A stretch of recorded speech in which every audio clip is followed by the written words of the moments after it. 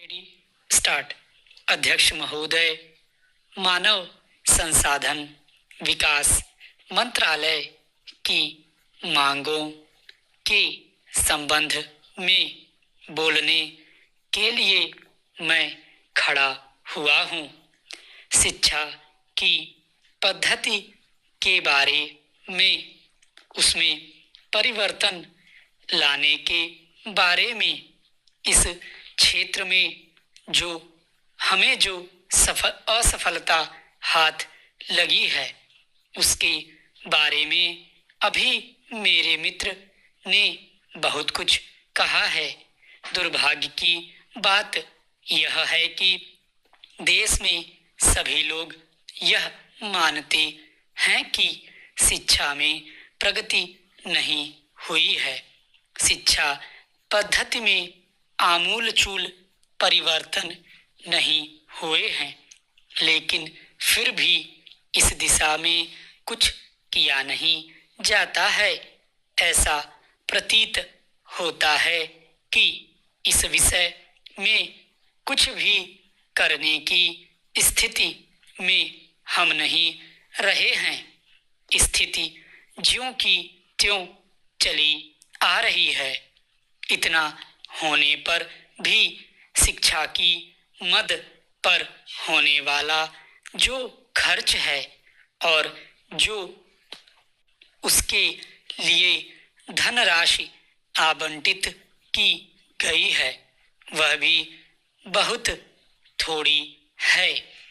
लेकिन उस पर न जाकर मैं आपका ध्यान इस ओर दिलाना चाहता हूँ कि मर्ज बढ़ता ही गया ज्यों ज्यों दवा की वाली कहावत ही आज चरितार्थ हो रही है।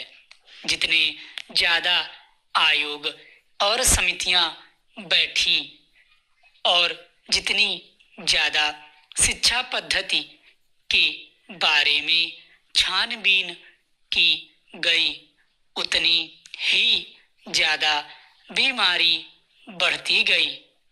बीमारी का इलाज न होकर और भी खराबियां पैदा होती गई।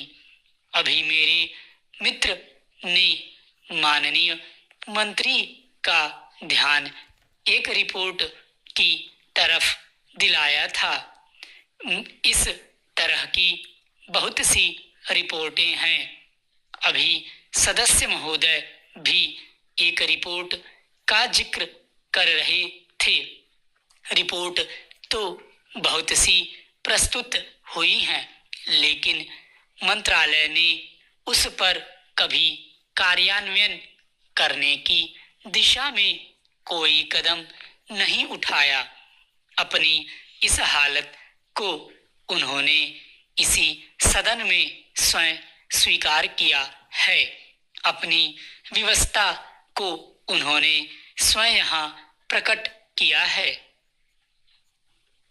इस विषय पर और अधिक न कहकर मैं आज के दिन मानव संसाधन विकास मंत्रालय का ध्यान दो विशेष विषयों की तरफ दिलाना चाहता हूँ। पहली बात तो मैं हिंदी के बारे में कहना चाहता हूँ। मंत्रालय का काम हिंदी का प्रसार और प्रचार करना है। हिंदी हमारे देश की राष्ट्रभाषा है। संविधान ने उसको राष्ट्रभाषा का स्थान दिया है, लेकिन हिंदी को वह स्थान अभी तक भी ठीक से प्राप्त नहीं हुआ है। इसके कई कारण हो सकते हैं। एक कारण हिंदी प्रेमियों का अधिक उत्साह हो सकता है।